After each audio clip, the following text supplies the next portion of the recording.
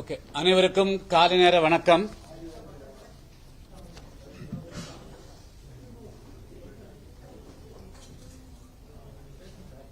கடந்த 7ஆம் தேதியன்று சென்னையில் புதிய தமிழகம் கட்சியினுடைய முன்னெடுப்பில்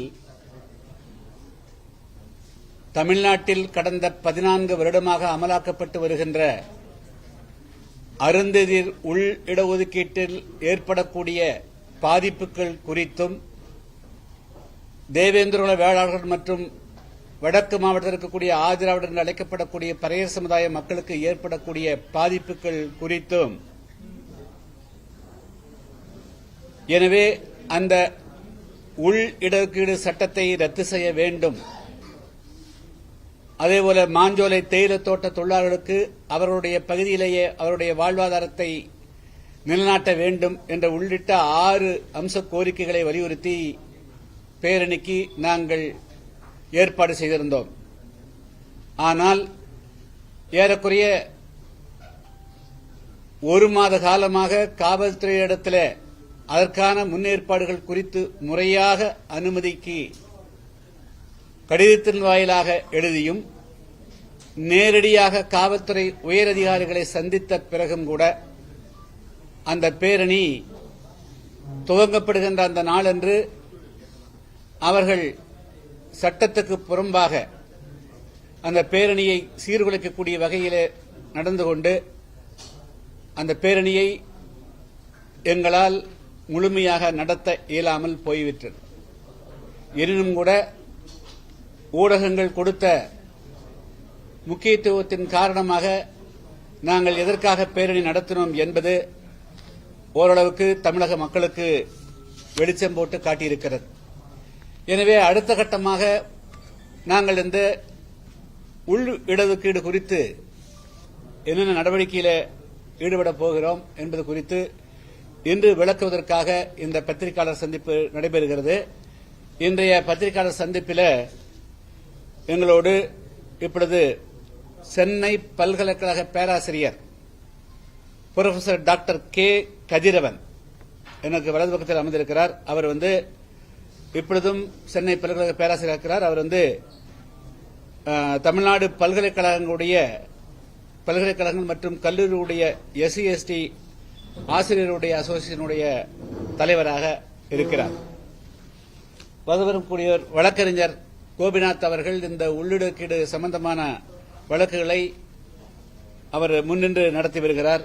இடதுபுறம் பேராசிரியர் லட்சுமணன் அவர்கள் MIDS என்று அழைக்கப்படக்கூடிய உலக பிரசித்தி பெற்ற சமூக ஆய்வு மையத்தில் பணியாற்றி இப்பொழுது ஓய்வு பெற்று இப்பொழுது இன்டலெக்சுவல் தலித் கலெக்டிவ் என்ற அமைப்பை நடத்தி கொண்டு வருகிறார். அதற்கு அருகாமல் இருக்கக்கூடிய சகோதரி ரேவதி நாகராஜன் அவர்கள் அதாவது ஒடுக்கப்பட்ட மக்களுடைய உரிமைகளுக்காக போராடி தமிழகத்தில் மட்டுமல்ல இந்திய அளவில் பிரசித்தி பெற்ற ரெட்டைமலை சீனிவாசன் அவர்களுடைய பேத்தியார் அவர்கள் சகோதரி ரெட்டைமலை ரேவதி நாகராஜன் அவர்கள் அறியாமக்கூடிய அவருடைய கணவனார் எங்களுடைய கட்சியினுடைய பொதுச் செயலாளர் மிஸ்டர் VK ஐயர். முக்கியமாக இன்று நடைபெறக்கூடிய இந்த பத்திரிகையாளர் சந்திப்பில் நான் சொல்லிக்கொள்ள விரும்புவது, கொஞ்சம் டிஸ்டர்பன்ஸ் ஆகுதுங்களே.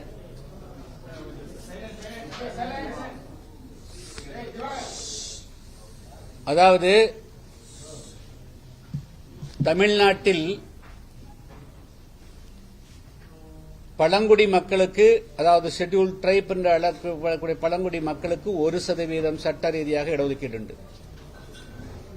ஷெட்யூல்டு காஸ்ட் என்று அழைக்கப்படக்கூடிய பட்டியலின அல்லது அட்டவணைப்பட்ட மக்களுக்கு 18%, மிக பிற்பட்டோருக்கு 20%, பிற்பட்டோருக்கு 30% என 69% இடஒதுக்கீடு உண்டு. இந்த 18% இடஒதுக்கீட்டில்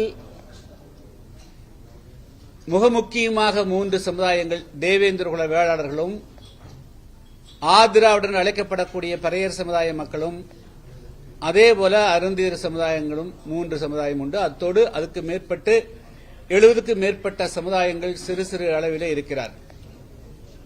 எனவே அனைவருக்கும் சேர்ந்துதான் 18% இடஒதுக்கீடு ஏறக்குறைய சுதந்திரம் பெற்ற காலத்திலே இருந்து நடைமுறையில் இருந்து வருகிறது. இந்த நிலையில் 2008ஆம் ஆண்டு தமிழ்நாடு அரசு திடீரென்று அருந்ததியர் 3% உள் இடஒதுக்கீட்டை அனைத்துக் கட்சி கூட்டத்தின் மூலமாக அறிமுகம் செய்து அதற்கு பிறகு 2009ஆம் ஆண்டு அதற்கான அரசாணையை பிறப்பித்தது. இப்பொழுது இந்த அருந்ததியர் உள் இடஒதுக்கீடு குறித்து கடந்த 14 வருடமாக நான் அதற்கு தொடர்ந்து எதிர்ப்பை தெரிவித்து வருகிறேன். இதில் பல பேர் ஒட்டுமொத்தமாக ஊடகங்களின் வாயிலாகவும் பல்வேறு விதத்திலும் அவர்கள் நாங்கள் அருந்ததியருக்கே இடஒதுக்கீடு கொடுக்கக்கூடாது என்று சொல்வதை போன்ற ஒரு கட்டமைப்பை உருவாக்கி வருகிறார்கள். ஏதோ புதுசா தமிழ்நாட்டில் அருந்ததியர் என்ற ஒரு சாதியினருக்கு இடஒதுக்கீடு திமுக கொடுப்பது போலவும் அந்த திமுகவினுடைய சமூக நீதி கொள்கையை புதிய தமிழகம் கட்சி டாக்டர் கிருஷ்ணசாமி எதிர்ப்பது போன்றவும் ஒரு தவறான கட்டமைப்பை உருவாக்கி வருகிறார்கள். அது முற்றிலும் தவறானது. ஏற்கனவே 18% இடஒதுக்கீட்டுக்குள் இருக்கக்கூடிய அருந்ததியினர் அதற்கான இடஒதுக்கீடுகளை பெற்று வருகிறார்கள். அப்பொழுது எங்கே பிரச்சனை? திடீரென்று 3% இடஒதுக்கீட்டை அருந்ததியருக்கு வழங்க வேண்டிய அவசியம் ஏன் வந்தது? அது யாருக்கும் தெரியாது. ஆனாலும் அவர்களாக ஒரு கருத்தை வெளியே தெரிவித்தார்கள். என்ன? அந்த 18%க்குள் அருந்ததியருக்கு போதுமான அளவிற்கு பங்கீடு இல்லை என்று. சரி, அவர்கள் சொன்ன கருத்தை நாங்கள் அப்படியே ஏற்றுக்கொள்கிறோம்.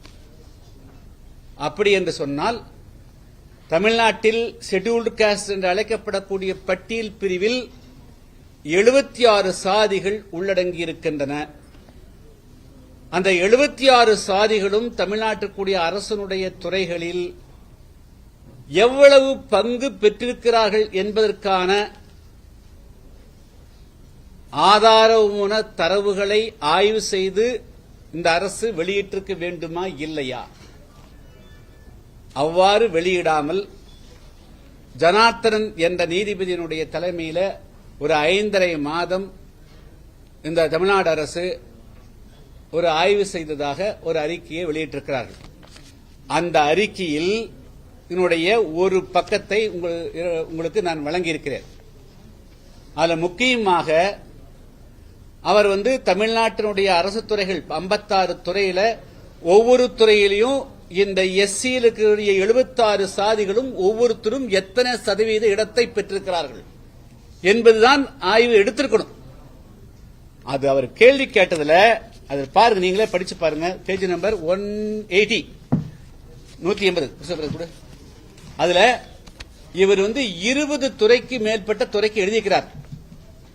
அதுல 8 துறையிலிருந்து மட்டும்தான் பதில் கொடுத்தாங்களே தவிர, அது பாருங்க நான் கொடுத்துறேன்.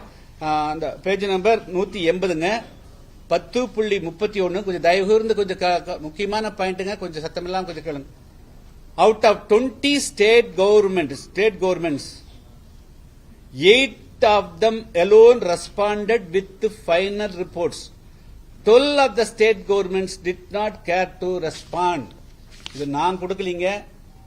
இது எதை அடிப்படை ஆதாரமாக கொண்டு இவர்கள் 3% இடஒதுக்கீடு வழங்கப்பட்டது, அவர்கள் பாவப்பட்ட ஜனங்கள், விளிம்பு நிலையில் இருக்கக்கூடிய மக்கள் எல்லாம் என்று சித்தரிக்கக்கூடிய திமுக, அதனுடைய உதிரிகளாக இருக்கக்கூடியவர்கள் சொல்லக்கூடிய கருத்துக்கள் தமிழ்நாடு அரசாங்கமே போதிய ஆதாரங்களை தராமல், எனவே இன்அடிக்குவேட், அதாவது ஒரு முறையான ஆய்வு திரட்டாம கொடுக்கப்பட்ட ஆய்வினுடைய அடிப்படையில் நீங்கள் அவர்களுக்கு 3% இடஒதுக்கீடு கொடுக்கலாம் என்று முடிவெடுத்தீர்கள். அது எப்படி சரியா இருக்க முடியும்? தமிழ்நாடு அரசாங்கமே நீங்க போதிய எவிடன்ஸ் நீங்க கொடுக்கல.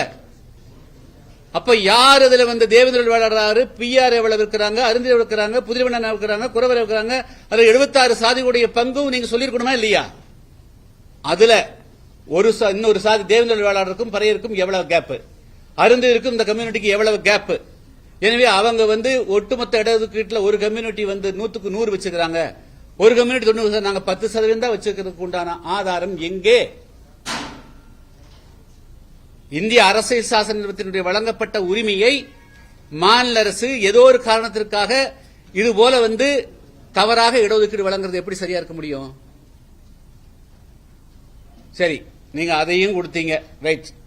நான் அந்த 3% இடஒதுக்கீட்டை கூட கொடுத்ததை கூட இந்த 14 வருஷம் இருக்கல. அதை நீங்க தனிச்சு தானே கொடுத்திருக்கணும். அவங்க வந்து தேவேந்திரகுல வேளாளர்களோடும் ஆதிராவுடன் அழைக்கப்படக்கூடிய பறையர் சமுதாயத்தோடும் போட்டியிட முடியவில்லை. அவர்கள் பின்தங்கியவர்களாக இருக்கிறார்கள் நீங்க சொல்றீங்களே, அவங்களை கொண்டு மீண்டும் உள்ளிடுக்கீடு கொடுத்தா அவங்களால எப்படி போட்டியிட முடியும்? அப்ப நீங்க தனிச்சா தானே கொடுத்திருக்கணும். அவங்களுக்கு 3% தனிச்சு தானே கொடுத்திருக்கணும். அதான நியாயமா இருக்க முடியும். அவர்கள் போட்டியிட சக்தி இல்லாதவர் நீயே சொல்ற.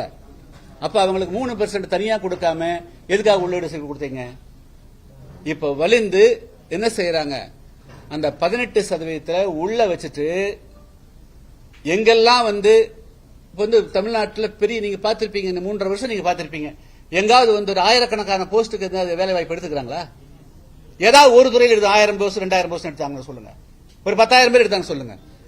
அங்கங்க 5 போஸ்ட் 10 போஸ்ட் 20 போஸ்ட், அதுல மாவட்ட ரீதியா பிரிச்சு விட்டுறாங்க. அதெல்லாம் அப்படி பிரிக்கூடாது, பிரிக்கிறாங்க. அப்படி பார்க்கிற போது எஸ்சிக்கு வந்து ஒரு போஸ்ட் வந்தா அந்த ஒரு போஸ்டையும் அருந்ததிற்கு முன்னுரிமை அடிப்படையில் சட்டத்துக்கு புறம்பாக வழங்கி வருகிறார்கள். அதனால 14 வருஷமா ஆயிரக்கணக்கான போஸ்ட் பதவிகளை ஒரு சாதிக்கு மட்டுமே வழங்கி இந்த வரலாற்றில் இன்று வரையிலும் பெரும் தீண்டாமை கொடுகளையும் வன்முறைகளையும் சந்தித்து வருகிற தேவேந்திர வேளாளர்களுக்கும் ஆதரவாளருக்கும் திமுக மிகப்பெரிய சமூக அநீதி இழைத்திருக்கிறது. சரி, எனவே அந்த ஆதரவு கொடுத்தோம். அடுத்தது அதே கமிஷன்ல 328வது பக்கத்தில் என்ன சொல்லியிருக்கிறாங்க, இந்த உள் இடஒதுக்கீடு கொடுத்த பிறகு என்ன இம்ப்ரூவ்மெண்ட், என்ன மாற்றம் நடந்திருக்கு அப்படிங்கறது குறித்து எவரி 10 இயர்ஸ் ஆய்வு செய்யணும்னு சொல்லியிருக்கிறாங்க. 10 வருஷத்துக்கு ஆய்வு. ஆக்சுவலா வந்து 2009 கொடுத்திருந்ததுன்னா 2019 ஆய்வு பண்ணிருக்கணும். இப்ப 5 வருஷம் ஆகி போச்சு. ஆய்வு பண்ணிருக்கணுமா இல்லையா? அது சட்டவிரோதம் நீங்க பண்ணல, சட்ட ரீதியாக பண்ணல. இனியாவது நீங்க ஆய்வு பண்ணி இந்த நேரத்தில் தமிழ்நாட்டுக்கு அரசு துறையில ஒவ்வொரு சாதியும் நீங்க எல்லா சாதிக்கும் பண்ணணும். நீங்க சாதி வாரியா கணக்கு கேட்கறீங்க. அதனால தமிழ்நாட்டில் 18% உள்ளடங்கி இருக்கக்கூடிய 76 சாதிகளுடைய பங்களிப்பு என்னவாக இருக்கிறது, இந்த 14 வருஷத்துல என்னென்ன போஸ்ட் எல்லாம் காலியாச்சு, அதுல எத்தனை சதவீதம் அருந்தீர் கொடுத்தீங்க, பிரசாதிகளுக்கு எவ்வளவு கொடுத்தீங்க அப்படிங்கறதும் வரணும். ஏன்னா 3%க்கு 3 கொடுத்திருக்கணும். 15% இருக்கக்கூடியவங்களுக்கு ஒரு இடஒதுக்கீடு கொடுக்கலன்னா என்ன நியாயம் இது? எனவே வந்து நாங்க வந்து இந்த போராட்டத்தை அடுத்த கட்டத்துக்கு நகர்த்திட்டு போறதுக்காக வந்து இதுல வந்து நீதி கிடைக்கிறவர்களோ இப்போ சொல்றேன், அருந்ததிற்கு 3% தனியா கொடுத்துரு, அதுதான் உச்சநீதிமன்றம் சொல்லி இருக்குது. டிவிஷன் பண்றதுக்கு எந்த விதமான தடை இல்லைன்னு சொல்லிட்டாங்க. அதன்படியே நீங்க 3% கொடுத்துக்குங்க. ஆனா இப்ப 10 வருஷம் ஆய்வு செய்யணும், மறுஆய்வு செய்யணும், ரிவ்யூ பண்ணணும். அதை வந்து மாநில அரசு செய்யணும். ஒட்டுமொத்தத்தில் இந்த எந்த சமுதாயங்களை வந்து ஒற்றுமையா நிக்கணும், அந்த சமுதாயத்தை பிரிக்க கூடாது. ஒற்றுமையாருன்னு நீங்க வெளியே மேட்டர் பேசுறீங்க. அந்த சமுதாயங்கள் ஒற்றுமையா இருக்க விடாம இன்னைக்கு உள்ளுக்குள்ள உள்ள சண்டை போடக்கூடிய அளவுக்கும் பகைமை உருவாக்கக்கூடிய அளவுக்கு அந்த மிகப்பெரிய ஒரு கைங்காரியத்தை செஞ்சிட்டீங்க, வரலாற்றில் செஞ்சிருக்கிறீங்க. சரி, அதெல்லாம் போகட்டும். இருந்தாலும் கூட சட்ட ரீதியாக இன்றைக்கு திமுக அரசு அந்த உள்ளிடுக்கிற தனி இடஒதுக்கீடாக கொடுக்காமல் உள்ளிடுக்காக கொடுத்தது வரலாற்று பிழை. அதை வந்து சரி செய்யணும். எனவேதான் அடுத்த கட்டமாக வந்து இதுக்கு வந்து எந்த காரணத்தை கொண்டும் இந்த உள்ளிடஒதுக்கீடு வந்து இப்ப வந்ததுனால உச்சநீதிமன்றம் தீர்ப்பு கொடுத்திருக்குது. இதுல ஜனாதிபதி அவர்கள் இதுக்கு வந்து எந்த விதத்திலும் அனுமதி அளிக்கக்கூடாது அப்படிங்கிறதுக்காக வலியுறுத்தியும், அதே போல தேசிய அளவில் இது குறித்து வந்து தமிழ்நாடு அரசு பெரும்பான்மையாக இருக்கக்கூடிய 18% இருக்கக்கூடிய பெரும்பான்மையாக இருக்கக்கூடிய பரையர் சமுதாயம் தேவேந்திர சமுதாயத்துக்கு எதிராக செய்யக்கூடிய சதியை குறித்து நாங்கள் எடுசலுக்காக டிசம்பர் மாதம் 6 மற்றும் 7 ஆகிய தேதிகளில் டெல்லியில ஆர்ப்பாட்டமும் 2 நாள் கருத்தரங்கும் ஏற்பாடு செய்திருக்கிறோம். அதில் தேசிய அளவில் இருக்கக்கூடிய அனைத்து தலித் ஆக்டிவிஸ்டும் பல்வேறு அரசியல் கட்சியோட தலைவர்களும் பேச இருக்கிறார். இப்பொழுது இது குறித்து பேராசிரியர் லட்சுமணன் அவர்கள் MIDSல ஆராய்ச்சியில் இருந்தவர். இது என்னங்கிறது அவங்க எல்லாம் பொலிட்டிக்கல் கிடையாது, அவங்க எல்லாம் நான் பொலிட்டிக்கல் பீப்புள். அது என்னங்கிறது அவங்க ஒரு 2 வார்த்தை பேசுவார், பேராசிரியர் பேசுவார். நீங்க சும்மா பேசுங்க. வரக்கூடிய டிசம்பர் மாதம் 6 மற்றும் 7 ஆகிய தேதிகள், டிசம்பர் 6, 7 2 நாள். அது நாங்க சொல்லுவோங்க, அதாவது அது நாங்க அப்புறம் சொல்றோம். 2 நாள் நாங்க நிகழ்ச்சி இருக்குது. கருத்தம் வேண்டது இது ஆல் ஓவர் இந்தியாவுக்கு பிரச்சனை. இல்ல இது ஆல் ஓவர் இந்தியாவா திமுக பண்ண தப்ப ஆல் ஓவர் பரப்பி இருக்குது. இல்ல ஆல் ஓவர் இந்தியாவிலேயே தமிழ்நாட்டில் மட்டும்தான் உள்ளொதுக்கீடு டிவிஷன் பண்ணிட்டாங்க. உள்ளொதுக்கீடு அமலாக்கப்பட்டிருக்கு. வேற எந்த மாநிலத்திலும் இது அமலாக்கப்படவில்லை. எப்படிங்க? இல்ல, அதாவது டெல்லி இதை நாங்க மத்திய அரசனுடைய கவனத்துக்கு கொண்டு போக வேண்டும்ங்கிறது ரொம்ப முக்கியமானது. Invite the attention of the central government. ஏன்னா இந்த பட்டியல் பிரிவில் எந்த மாற்றங்களும் செய்வதற்கு உண்டான முழு அதிகாரம் படைத்தது மத்திய அரசு, பார்லிமெண்ட் ஆச்சுங்களா. மத்திய அரசு, அந்த மத்திய அரசு அது இது மாதிரி 3% மூலமாக 18% எஞ்சியக்கூடிய அனைவருடையும் உரிமையும் பறிக்கிற மாதிரி ஒரு சட்டத்தை மாநில அரசு போட்டிருக்கு. எனவே மத்திய அரசு இது தலையிடணுங்கிறது தான் அதோட மீனிங்.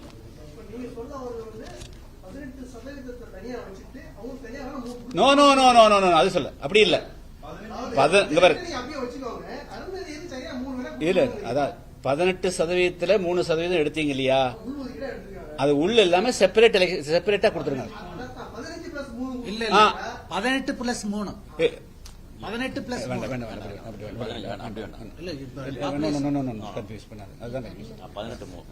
15 பிளஸ் 3 15 பிளஸ் 3 அதான் 3% அருந்தி இருக்கு. மீதி 15 கொடுங்க. உள்ளுதுக்கீடு இல்லைன்னா பிரச்சனை கிடையாதுங்க. ஆந்திராவில் கொடுக்க முயற்சி செஞ்சது ABCD என்ற 4 இதுங்க ஆச்சுங்களா. அது கொஞ்சம் அதுல ABCDங்கிறது அதுல 1% 7, 6, 1 பிரிச்சாங்க ஆச்சுங்களா. இது எங்களுடைய கொள்கை ரீதியா இல்ல. நீங்க தமிழ்நாடு அரசு இதுதான் சமூக நீதினு போயிட்டீங்க. இதுக்கு உச்ச நீதிமன்றம் அனுமதி கொடுத்துருச்சு. அனுமதி கொடுத்ததுனால நாங்க சொல்றோம் ஆச்சுங்களா. அதனால அருந்திற்கு தனியாக 3% என்று பிரித்து கொடுத்து விடுங்கள். இங்க பாருங்க, அதாவது இப்ப முஸ்லீமுக்கு 3.5% கொடுத்துக்கிறாங்க. எப்படி கொடுத்துக்கிறாங்க? எடுத்து கொடுத்துக்கிறாங்க. பிசில இருந்து தனியா எடுத்து கொடுத்துக்கிறாங்க. உள்ளொதுக்கீடு இல்ல, பிசில இருந்து செப்பரேட் எடுக்கிறது, தனி ஒதுக்கீடு. அந்த பிசி முஸ்லிம்ஸ் எஞ்சி இருக்கக்கூடிய அந்த மீதி 30 இருக்குதுங்களா, அதுல 26.5 போட்டியிட முடியாது.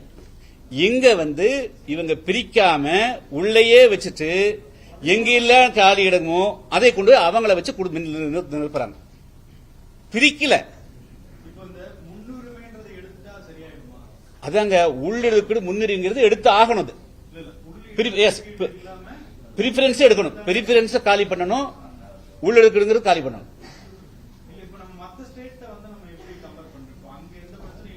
இல்ல அதாவது பஞ்சாப்லயும் மட்டும்தாங்க அது மாதிரி நடைமுறை இருக்குது. உள்ளிடுக்கீடு கிடையாது, அது தனி எழுதுக செப்பரேட் டிவிஷன்ஸ். எங்க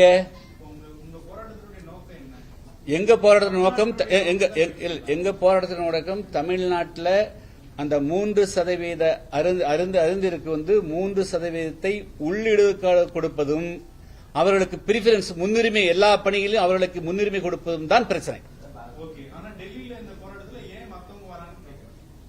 மற்றவர்களும் இதில் இதுபோல முன்னுரிமை கொடுத்துடக்கூடாதுங்கிறதுக்காக வர்றாங்க, எச்சரிக்கை வர்றாங்க. இல்ல, ஆல் ஓவர் இந்தியாவில் வந்து இது வந்து தமிழ்நாடு வந்து அவன் கணக்கிலேயே வந்து பெருசா கொள்ளிங்க. பஞ்சாபும் ஆந்திராவும் மட்டும்தான் வந்து பஞ்சாப்ல தான் டிவைட் பண்ணாங்க, டிவைட் பண்ணாங்க. ஆந்திராவில் 4 டிவைட் பண்ணாங்க, ஏபிசிடி 4 டிவைட் பண்ணாங்க. பஞ்சாப்ல 2 டிவைட் பண்ணாங்க. இவங்க அருந்திருன்னு ஒரு குழப்பம் பண்ணாங்க, இந்தியாவிலேயே ஒரு குழப்பமா பண்ணாங்க ஆச்சுங்களா. இப்ப எதுலயுமே இன்னும் ஜட்ஜ்மெண்ட் கொடுக்காம அப்சர்வேஷன் பண்ணிக்கிறாங்க. 6-7 நீதிபதியில ஒவ்வொருத்தரும் கருத்து தெரிவிச்சுக்கிறாங்க ஆச்சுங்களா. சோ இதை வந்து நிரந்தரமா ஜட்ஜ்மெண்ட் வர்றதுக்கு முன்னாடி எந்த காரணத்தை கொண்டும் உள் இடதுக்கீட்டுக்கு மத்திய அரசு ஒத்துக்கூடாது, நீதிமன்றங்களும் தவறு செய்யக்கூடாதுன்னு முன்னெச்சரிக்கை தான் பண்ணும். இது வந்து அப்சர்வ் பண்ணிக்கிறாங்க. அதாவது வந்து முதல்ல 3 ஜட்ஜு, அதுக்கு பிறகு 5 ஜட்ஜு அவங்க ஒரு கொஸ்டின் ரைஸ் பண்ணாங்க. இப்ப 7 ஜட்ஜு இந்த கேள்விகளுக்கு உள்ளிடுக்கீடு, அதாவது வந்து தலித்துகளை வந்து சப்டிவிட் பண்ணலாமா, ரிசர்வேஷன் வித்தின் ரிசர்வேஷன் அதை உடைச்சு கொடுக்கலாமா இல்லையாங்கிற கேள்விக்கு பதில் சொல்லிக்கிறாங்க, கொடுக்கலாம்னு சொல்லிக்கிறாங்க. ஆனா எந்த இடத்துலயும் இந்த சமுதாயத்தில் வந்து அவர்கள் வந்து வேறு விதமா சொல்லி இவங்க முன்னுரிமை கொடுக்கற சொல்ல பிரிச்சு கொடுக்கறதுக்கு டிவிஷன் பண்ணலாம்னு சொல்லிக்கிறாங்க. நீங்க டிவிஷன் பண்ணி கொடுத்துக்குங்க.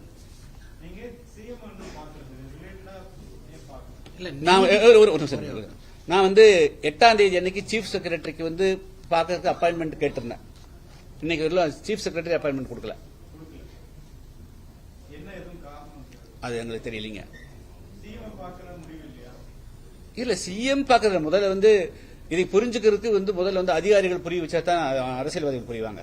முதல்ல வந்து இருக்கக்கூடிய சீஃப் செக்ரட்டரி லெவலில் புரிய வச்சிட்டோம்னா அதுக்கு பிறகு அவங்க சிஎம் பாக்குற போது அவங்க எடுத்து சொல்லுவாங்க. அப்படின்னுக்காக முதல்ல சீஃப் செக்ரட்டரி பார்த்தோம்னா he can understand the matter அப்படின்னு 8ஆம் தேதி அனுமதி கேட்ட இன்னைக்கு வெளில கொடுக்கலீங்க. கவர்னர் கொடுத்துட்டாரு, சீஃப் செக்ரட்டரி கொடுக்கல. அப்படின்னா பாத்துக்கங்க. அப்படிதான் சொல்ல முடியாது, அது மேல சொல்லவில்லை. கவர்னர் கிட்ட வாங்கிட்டேன். கவர்னர் கிட்ட 7ஆம் தேதி அன்னைக்கு 2 மணிக்கு வாங்கியிருந்தோம். ஆர்ப்பாட்டத்தினால பண்ண முடியல. மீண்டும் 2வது நாள் கேட்டு வந்து நாங்க இது மாதிரி ஆர்ப்பாட்டத்தால கைதாகி போயிட்டோம், அதனால கேட்டோம். இம்மீடியட்டா அன்னைக்கு வந்து 12:30 மணிக்கு கொடுத்தாங்க, 1 மணி நேரம் ½ அன் அவருக்கு மேல கொடுத்தாங்க. அதே அன்னைக்கே வந்து ஈவினிங் 4 o'clock கேட்டிருந்தோம். இன்னைக்கு வெளில கிடைக்கலீங்க. இல்ல, அதுக்குள்ள போக வேண்டாங்க. இப்ப மேட்டர் வந்து இதுதான். இப்ப வந்து நாங்க வந்து பொதுவா வந்து தொடர்ந்து திராவிடர் கழகம், சில கம்யூனிஸ்ட் கட்சிகள், திமுக, அதை சார்புடையவர்கள் எல்லாருமே பாவப்பட்ட ஜனங்கள் என்று அருந்தியர்கள் மட்டுமே முன்னெடுப்பு சொல்லிட்டு அவர்களுக்கு கொடுக்கக்கூடிய இடஒதுக்கீட்டை எதுக்கிற மாதிரி ஒரு பிம்பத்தை கட்டமைக்கிறார்கள், உருவாக்குகிறார்கள். அது வந்து முற்றிலும் தவறானது. ஆச்சா, நாங்க வந்து யாரும் வந்து ஒரு இடஒதுக்கீட்டுக்குள்ள அருந்தியரை ஏறி மிதிச்சுட்டு யாரும் மேல போறதில்ல. அவரொரு திறமையை படிச்சு மேல வர்றாங்க. அதுல சில பேருக்கு வந்து சக்தி குறைவா இருக்கலாம், அதுல பங்கு குறைவாகவும் கூட இருக்கலாம், இல்லைன்னு சொல்ல முடியாது. ஆனால் அதை ஆய்வு பண்ணி இந்த காரணத்தினால இவங்க முன்னேற முடியாம இருக்குது, அதனால வந்து இவர்களுக்கு தனியா பிரிச்சு கொடுக்கொண்டான கிரெடிபிலிட்டி, அதாவது வந்து அப்சல்யூட்டா இந்த காரணத்தினால்தான் இவங்க முன்னேற முடிய மாட்டேங்குது, அதுக்காக இவர்களுக்கு முன்னேறலாம். அதுக்குள்ள இன்னும் எத்தனையோ சமுதாயம், குதிரைவண்ணானெல்லாம் வந்து பார்த்தால தீட்டு வச்சக்கூடிய கம்யூனிட்டி, அவங்களுக்கு எல்லாம் எத்தனை சதவீதம் கொடுக்கிறது, அவங்களை எப்படி முன்னுரிமையாக்குறது. சோ அதுக்காக 76 சாதிகளுக்கும் சேர்ந்த ஒரு ஃபார்முலாவை வரையறதுக்கு முன்னாடி சமூகம் அவங்களுடைய எல்லா இந்த 76 சாதிகளுடைய இந்த 75 வருஷமா 77 வருஷமா எவ்வளவு இடஒதுக்கீடு கொடுத்துக்கிறோம், அதனால அவங்களுடைய முன்னேற்றம் என்ன, அவங்களுடைய இன்னைக்கு எத்தனை பேருக்கு நிலம் இருக்குது, என்ன தொழில் தொடங்குறாங்க, எத்தனை தொழில் ஆகிக்கிறாங்க, எல்லா விதமான சமூக டேட்டாவும் கலெக்ட் பண்ணிட்டு எத்தனை பேர் உயர்ந்த பதவி இருக்கிறாங்க, எல்லா தரவுகளை வெளியிட்டோம்னா எல்லாருக்கும் தெரிஞ்சுட்டு போகுது. அப்போ வந்து நாங்க பேச முடியாது, அவங்க 1% தான் இருக்கிறாங்க, நீங்க 90% வச்சுக்கிறீங்க, நீங்க எப்படி வந்து அப்படின்னு கேட்கலாம். நாங்க இன்னும் கூட அந்த மாதிரி வந்து அவர்களுக்கு வந்து அவர்கள் உண்மையிலேயே பங்களிப்பு குறைவாக இருந்தால் அவர்களுக்கு கொடுப்பதற்கு எந்த விதத்திலும் எதிர்ப்பே கிடையாது. நாங்க எப்படி டேட்டா கலெக்ட் பண்ண முடியும்? எங்க அதாங்க நடைமுறை அவங்க எங்க எல்லா கால்ஃபரும், அதாவது அதுக்கு டேட்டா இருக்குது பாருங்க. அதாவது வந்து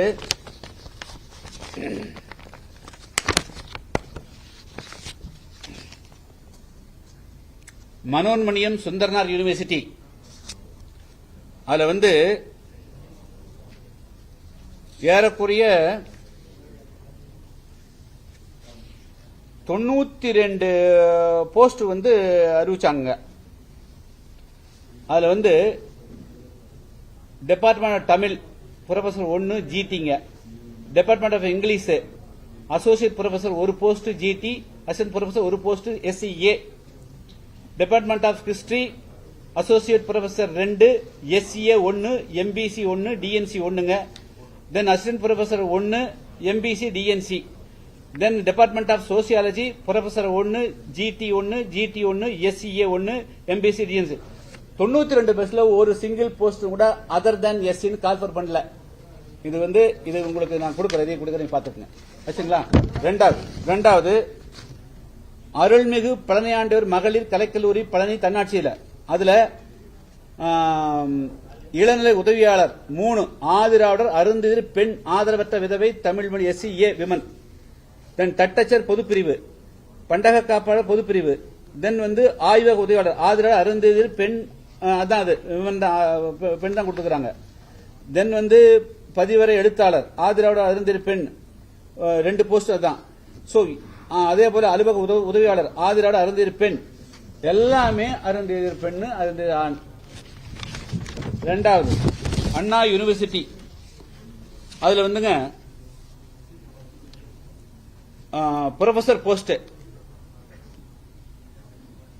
ஜெனரல் 10 14, பிசி 9, பிசி எம் வந்து 0, எம்பிசி வந்து 18, எஸ்சிஏ அருந்திருக்கு 19, எஸ்சிக்கு வந்து 15% இருக்கிறவங்களுக்கு வெறும் 5 போஸ்ட்.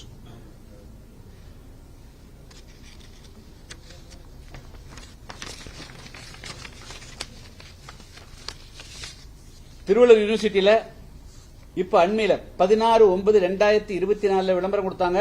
அதுல வந்து number of the departments chemistry number of vacancy 1, communal reservation BC, zoology number of vacancy 1 SCA women, biotechnology number of vacancy 1 BC, computer science number of vacancy 2 GT 1 SCA women 1, physics number of vacancy 2 GT 1 SCA women 1, commerce 2 post GTA 1 SCA women 1. இது நியாயமானு மட்டும் சொல்லுங்க.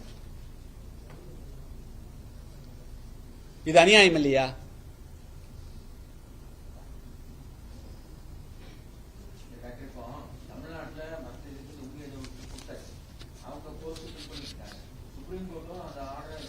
Sir அது கொடுக்கல, supreme court கொடுத்தா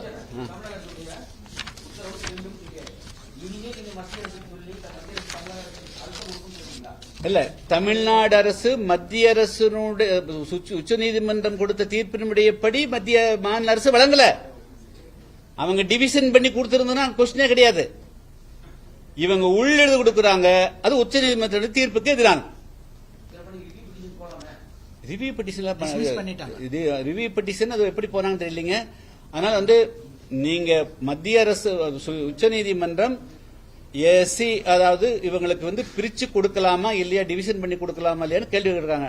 அவங்க division பண்ணி கொடுக்கலாம், அது மாநில அரசு செய்யலாம். அதாவது கொஸ்டின் வந்து மாநில அரசு செய்வதற்கு உரிமை உண்டு, அதிகாரம் உண்டு சொல்லிக்கிறாங்க. அவ்வளவுதான். அதன்படி உச்சநீதிமன்றத்தினுடைய தீர்ப்பின்படி இந்த இடஒதுக்கீடு இல்லை. இவங்க வந்து டோட்டலா பைபாஸ் பண்ணி பிரிக்காம உள்ளிடஒதுக்கீடுல முன்னுரிமை அடிப்படையில் பிரிஃபரன்ஸ்ல கொடுக்கறாங்க. இது டோட்டலா வந்து அன்சைன்டிபிக். இது வந்து டோட்டலா இன்ஜஸ்டிஸ்.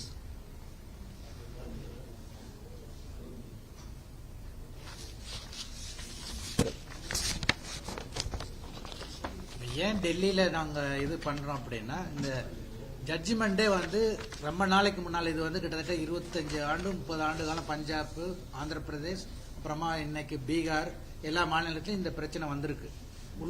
அதாவது சப் கேட்டகரைசேஷன் பண்ணலாமா, அதற்கு மாநில அரசுகளுக்கு உரிமை உண்டா இல்லையா, அதிகாரம் உண்டா இல்லையா, இதுதான் கேள்வி. அதை வந்து 3 பெஞ்சு 5 பெஞ்சு எல்லாமே வந்து இல்ல அப்படின்ட்டாங்க. சின்னையா, ஜஸ்டிஸ் சின்னையாங்கிறவரு 5 பெஞ்சில இருந்து அவர் முழுக்க நிராகரிச்சிட்டார். மாநில அரசுகளுக்கு எஸ்சி எஸ்டியினுடைய பட்டியலினத்தை டெம்பர் பண்றதுக்கு எந்த விதமான லோக்கல் ஸ்டாண்டர்ட்ல அதிகாரம் இல்லை. அதை வந்து செய்வதற்கு முழு அதிகாரமும் பாராளுமன்றத்துக்கு தான் இருக்கு. பாராளுமன்றம் என்பது மக்களவை, மாநிலங்களவை, பிரசிடென்ட், இவங்க 3 பேரும் சேர்ந்து எடுக்கக்கூடிய முடிவு தான் இந்த மக்களுடைய நலனை தீர்மானிக்க வேண்டும். ஆனா இன்னைக்கு 7 பெஞ்சு ஜட்ஜில வந்து ஒருத்தர் வந்து ரிஜெக்ட் பண்ணிட்டாரு. 6 பேர் விதவிதமான ஜட்ஜ்மெண்ட் கொடுத்திருக்கிறாங்க. அந்த இதுல வந்து என்ன சொல்றாங்கன்னா, மாநில அரசுகளுக்கு அரசியலமைப்பு சட்டம் மூலமாக அதிகாரம் உண்டு அப்படின்னு சொல்லியிருக்காங்க. அவ்வளவுதான். ஆனா அந்த அதிகாரம் அதே மாநில அரசு அந்த ஜட்ஜ்மெண்ட்ல மாநில அரசுகள் இந்த இது sub categorisation reservation within reservation சொல்லும் பொழுது அதற்கான ஆதாரபூர்வமான ரிலையபிள் டேட்டா அது இருந்தால் மட்டும்தான் இதை செய்யணும். ஆனா தமிழகத்தில் இந்தியாவிலே வேற எந்த மாநிலத்திலும் இல்லாத அநீதி தமிழகத்தில் திமுக அரசால் நிறைவேற்றப்பட்டிருக்கு. அது வந்து எந்த விதமான ஆதாரமும் இல்லாமல் புள்ளி விவரங்களும் இல்லாமல் இவர்கள் 2009 இதை நிறைவேற்றிட்டாங்க. இன்னைக்கு 14 ஆண்டுகளில் அந்த இந்த அநீதியின் மூலமாக பாதிக்கப்பட்டவர்கள் பெரும்பான்மையாக உள்ள ஆதி திராவிடர், தேவேந்திரர் மற்றும் வந்து புதுரைவண்ணார், பண்ணையாண்டி இந்த மாதிரி குறவர்கள் பல்வேறு ஜாதிகள் வந்து இன்னைக்கு பின்னடைவில் இருக்காங்க. அவங்களால வந்து இந்த போட்டியில போக முடியல. இதே திமுக அரசு என்ன செய்து அருந்ததியர்களுடைய துப்புரவு பணியாளர்கள் அதிகமாக இருக்கக்கூடியவர்கள்.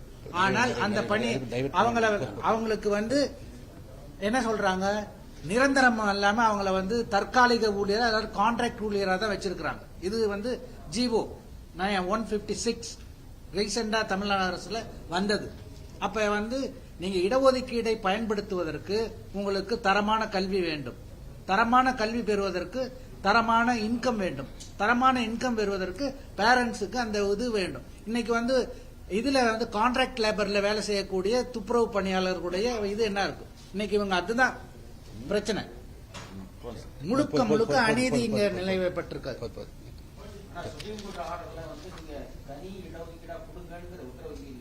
இல்ல, அதாவது ஒரு விஷயம், இந்த இடஒதுக்கீடு இந்த பிரச்சனை ஃபர்ஸ்ட் பஞ்சாப் கவர்மெண்ட் எடுத்தாங்க போறாங்க, ரெண்டாவது ஆந்திரா, அடுத்து உள்ளடக்கிறது 3 பேர் போற ஃபர்ஸ்ட்.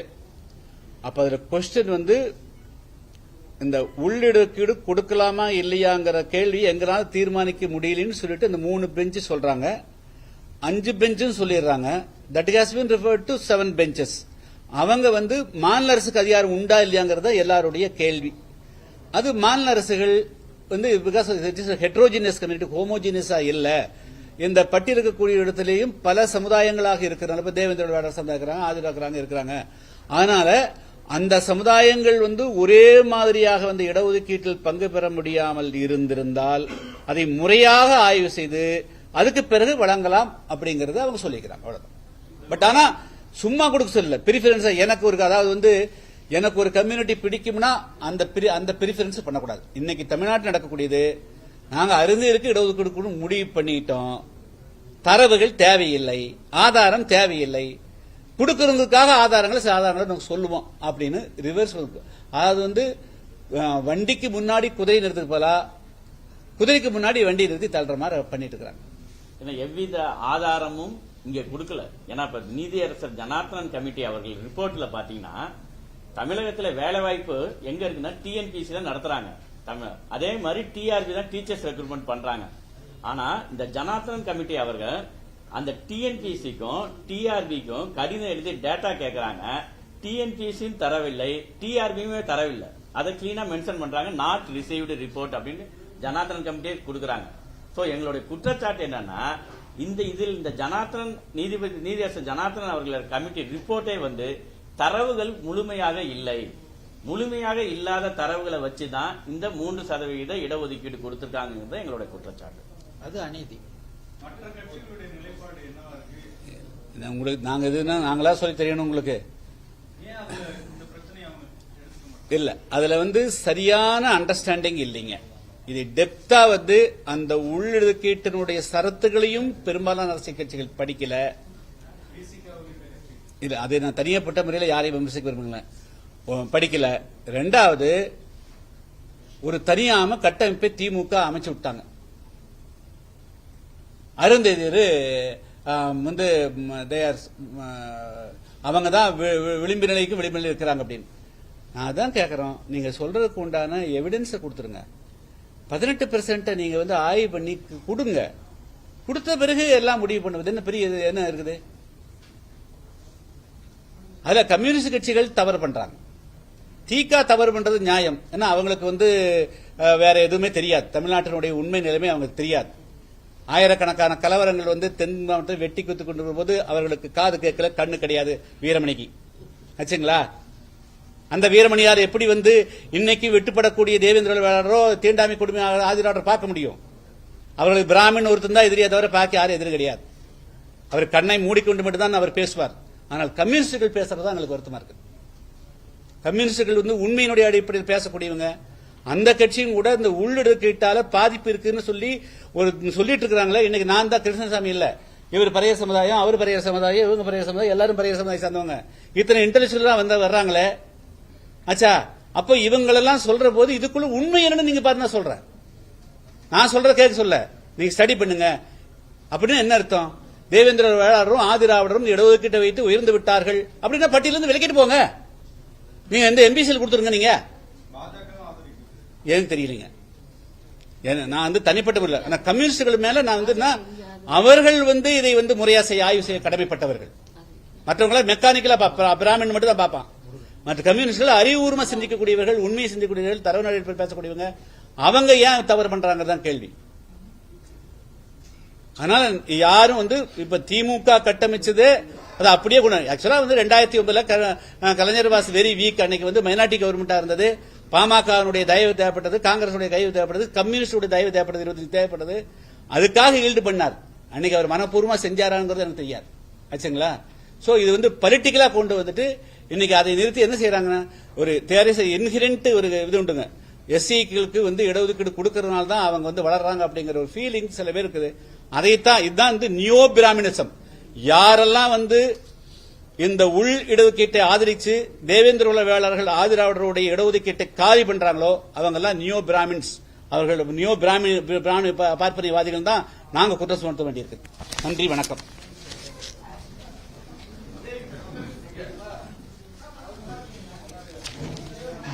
ரொம்ப பேசினா எடுத்துருவாங்க, எங்காவது கொண்டு தள்ளி விட்டுருவாங்க. ரொம்ப இந்த